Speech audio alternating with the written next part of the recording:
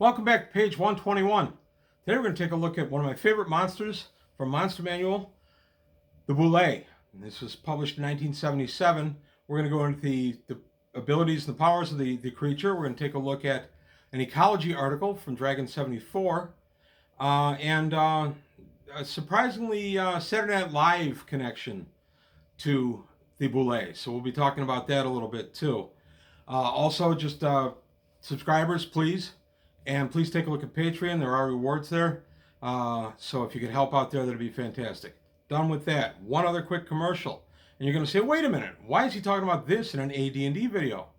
Well, what I want to talk about is Jump Point. Jump Point 2 is coming. It's going to be in mid to late August. It's going to be held in the southwest suburbs of Chicago. Last one was held in the northwest suburbs. I'm going to try to do 2 jump points a year, one south, one north. I don't have I have a firm commitment on the venue. I don't have the date yet. And in agreement with the venue, we're not going to discuss the venue yet until I have a firm date. But it's going to be in the southwest suburbs. The venue is very interested in hosting. And the exciting point that I want to make is there is going to be an AD&D game played at Jump Point. It won't be run by me. I may do that in the next Jump Point. My son Adam is going to run an AD&D game. Adam is a veteran DM of 6 or 7 years now, and he runs a good, tough game. It's going to be 4th to 6th level. He'll provide characters, and he'll seat 6, 8 if he must. I will be playing Traveler, and I'll do more about the Traveler, what I'm going to do in a Traveler video. But just letting you know, Jump Point is going to happen. It's going to be Jump Point 2. It's going to be in the southwest suburbs of Chicago, sometime in mid-August, and there will be AD&D being played there. But back to today's topic, from the Monster Manual and the Ecology article, the Bulette. Okay, the Bulette, or bulette, depending on how you want to say it. I've heard it both ways. I prefer Bulette. The Bulette out of the Monster Manual. We're going to take a look at the creature first. Before I get too deep in discussing the actual stats of the creature, I want to mention my Saturday Night Live reference in the opening. In Saturday Night Live, which premiered in 1975, they used to do a spoof on Jaws. The doorbell would ring, and we would see a woman inside a room with a closed door, and she'd say, "Who is it?" And the person who rang the doorbell would say, "Land shark." And she said, "Well, I'm not going to open the door. You're a land shark." So they'd say, "Plumber." "You're not a plumber. You're that land shark." "Candygram," and so on. And then eventually he would persuade the person to open the door. I believe in the first one, he says, "Oh, I'm not a dolphin, I'm a shark." "I'm sorry, I'm not a shark, I'm a dolphin." The woman says, "Oh, if that's the case, I'll open the door." She opens the door, and this giant foam shark would come and devour the woman, and that was the gag. So that started in 1975 and ran off and on through 1977 as a spoof on the movie Jaws, which was big in 75. And I always felt that the land shark, Bulette, was taken from the Saturday Night Live skit. That's why they call it a land shark. I think the idea was taken from that. Also, obviously, we used to always call this guy Robert, as in Robert Bulette, as in Robert Goulet, the famous singer from the 60s. So there you have it. Just a little bit of Saturday Night Live trivia for you. And now, back to the monster. The Bulette. I always love that picture. I love the scale in that picture. So we're taking a look at it, and what we're seeing is it's a big creature. 1 to 2 appearing, 10% chance of 2. Armor class, it's one of those multiple armor class creatures, -2, 4, or 6. And I'll explain that as I go into the body of the text and tell you how we dealt with it. 9 hit dice, 3 attacks around, 4 to 48, 3 to 18, 3 to 18. That's a lot of damage. This is a 9 hit dice creature, so that's a lot. It's got an 8-inch jump. Or 8-foot jump, I'm sorry. Standard MR, animal intelligence, and it's neutral. It's just hungry. The Bulette, or land shark, was thought to be extinct until recently when the horror reappeared. The Bulette was the result of a mad wizard's experimental crossbreeding of a snapping turtle and an armadillo with infusions of demon ichor. Bulettes range from climates in temperate climates, feeding on horses, men, and most other flesh, although they dislike elf or dwarf rather, and shun elf of any kind. They love halfling, will always hungrily dig them from their burrows. The stupid bulette is irascible and always hungry, and they fear nothing.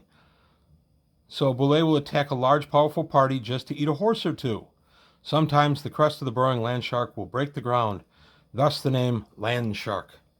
When fighting, they usually employ their front feet and gaping maw, but when cornered and seriously wounded, they can jump up to 8 feet in the air with blinding speed and strike with all 4 feet.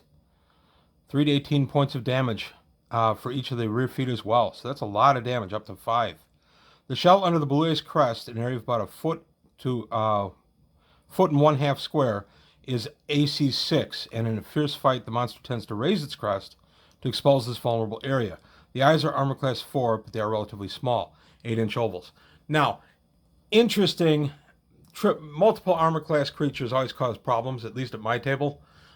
Where do you hit? What's the value, armor class value of where you're striking? Okay, you're striking a small area. Are you -2 or 3 or maybe even -4 to hit the area, but you're getting the better armor class? Generally, what I have done over the years is I just ignore the layers of armor class. I read the description, and in this case, the overall armor class would be -2, except for these 2 small vulnerable areas. I go ahead and give the creature a -2 armor class when my players are fighting them. Further, it goes on to say the bulette is solitary. Only a mated pair will share the same territory. No young have ever been seen, but smallers, whose 6-hit dice specimens have been killed. No one's certain how or where the young are born or hatched. Very large bulette have been reported, one being no less than 11 hit dice and over 11 feet tall at the shoulder. Yes, these are fun to go ahead and beef up the hit dice on. The great plates behind the bulette's head are highly prized for use in shield making, for a skilled dwarven craftsman can fashion them into a shield of +1 to +3 value. I actually do have a fighter walking around, played by my player Roy, who did this. They defeated a bulette. He took it to a dwarven craftsman, paid all the requisite money, and got himself, I had him throw a 6-sider, 1, 2, 3, 4, 5, 6, for 1, 2, or 3 bonus on the shield. He threw a 6, so he got a +3 shield out of the deal. And then the description of the bulette is typical specimens have blue-brown heads and hind portions with plates and scales of gray-blue to blue-green. Nails and teeth are dull ivory. The area around the eyes is brown-black. The eyeballs are yellowish, and the pupils of the eyes are dark green. So there you have it. There's the bulette as brought out in the monster manual. It's one of my favorite mid to slightly upper level monsters, simply because characters have a hard time dealing with this guy. The idea that he also eats their horses is hysterical. I had a player who had just bought a new horse and was all excited. Sorry, Craig. All excited about his brand new horse, and it was a beautiful, heavy war horse, and he got barding for it and everything, and he was all set to adventuring on it. And the very first time they were out, I rolled a bulette as a random encounter, and the bulette happened to roll up under his horse and killed it immediately, thus robbing Craig of the horse he'd spent a lot of money on. It was actually really funny for me. Craig didn't think so. Now we go to the Ecology article from Dragon 74. Interestingly, I make a list up of videos I'm going to make, and one of them was on the bulette, so I looked for the Ecology article and I found it in Dragon 74. The reason this is interesting is this is the June 1983 edition of Dragon. I'm going to be covering this in the channel in June, taking a look at it cover to cover. So I thought it was kind of funny that I was in this magazine for another video before I feature the magazine as a whole. So we have the Ecology of the Bulette by Chris Elliott and Richard Edwards. And this is one that's told in a lot of prose. And here we have a guy who's looking for an albino land shark, and his name is, from the land of Morn, his name is Ahab the Hunter, Ab the Hunter. So we have a little joke there at Herman Melville's expense for Moby Dick. As we go through, we find out that the natives call the albino land shark Moby Dick, the great white one. So a little bit of fun there. I have no problem with that. But it goes through the prose, and it tells that bulette are not always viewed as being something terrible, because if you can find where one has passed recently, you can dip your plow in the earth that it's passed through, because the earth will be kind of spongy and a little wet, and then it will make the plow pass through the land that much better. It turns out the bulette, according to this article, emits a slime, and the slime has the power to turn the tightly packed earth that it burrows through into a semi-liquid, that its hind legs and tail can propel it through. So I thought that was kind of a neat touch. I would think a rock to mud spell or anything like that would require some of this slime also. So there were a lot of neat little ideas just in that part. And in this story, Ahab is, he's been commissioned to kill the great white bulette.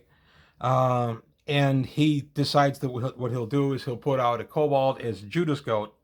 And then as the kobold is making noises and rattling the chains, the great white one comes up from under it. And as it's coming up with its maw open to devour the kobold, Ahab is sitting up in a tree nearby, and he fires a poisoned quarrel, crossbow bolt quarrel, down into the mouth of the bulette. The bulette gets the soft inner part of its mouth damaged by it, ingests the poison, and then dies.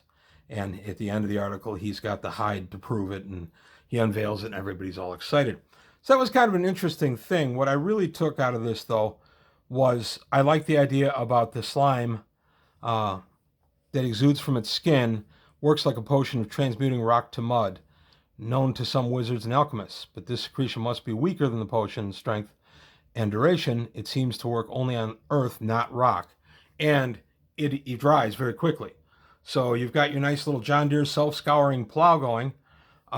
If you're fast enough to get your plow over there and dip it, or if a player wanted to like grab a couple of buckets of this stuff, I would allow it to last long enough that they could put it on their plow and get it out into the fields. It is, after all, magic. And any player that wants to be that enterprising, I'm all for it. One other interesting story about bulette is I had a player years and years ago. He left our campaign about 30 years ago, but he was a staple in our campaign. And his character, Lenny, based on Lenny from Of Mice and Men, very strong but not a high intellect, loved his horse. And I had two bulette attack the party, and they were about 9th level. And Lenny, for his part, very strong fighter. I thought Lenny would just jump in and start swinging on the bulette. No, he tried to carry his horse to safety by carrying it up into a tree. Now, Lenny, through various things in the campaign, had, I think, a 20 strength, which I know, but it was one of those wild campaigns that I was doing. And he tried to carry it up into the tree, and I was laughing, and the beer had been flowing. And I said, okay, I'll tell you what. On a 20, you carry it up the tree. Any other roll, you drop it right into the mouth of the bulette. Lenny took the dare, grabbed his horse, slung it over his shoulders, and rolled me a natural 20. He got the horse into the lowest branches of the tree. We all had a good laugh out of that. That's one of Lenny's shining moments. It was also funny because Lenny with the low intellect was very good at solving riddles. But Lenny did get his horse up out of the way, and it was the only horse in the entire party to survive the bulette's onslaught. So just a little bit of my own personal history of my campaign. It's not something I'd allow all the time, and they had a heck of a time getting the horse down from the tree, but I let them accomplish it just because it was such a great moment that Lenny rolled the 20 when he needed it. So there you go. That's one of the reasons I do have a soft spot in my heart for bulette. They're just a lot of fun. So bulette, good, medium to slightly higher level encounter. Be careful with this guy. If you launch it at some party that's about sixth level, there's a really good chance the bulette is going to win. These things are surprisingly tough at a -2 armor class and 9 hit dice. But that's all I've got to say today on page 121. Take a look at the dragon cover and, of course, the monster manual where I got my information from. Let me know your interesting stories on the bulette, and also let me know your level of interest in Jump Point. If you are able to join us, that would be fantastic. I do want to get a nose count, and it's definitely going to be a first come, first served. I just request that once I announce the date and the time, we'll have a sign up. I just request that people that have a legitimate chance of being there be the ones to hold the spot. If you're down in Kentucky and you really don't think you can make it, but you want to hold a spot, well, just contact me directly and I'll see what I can do to accommodate that. But that's all I've got to say today for page 121. Thanks for watching. Enjoy your bulettes, and I'll see you next time.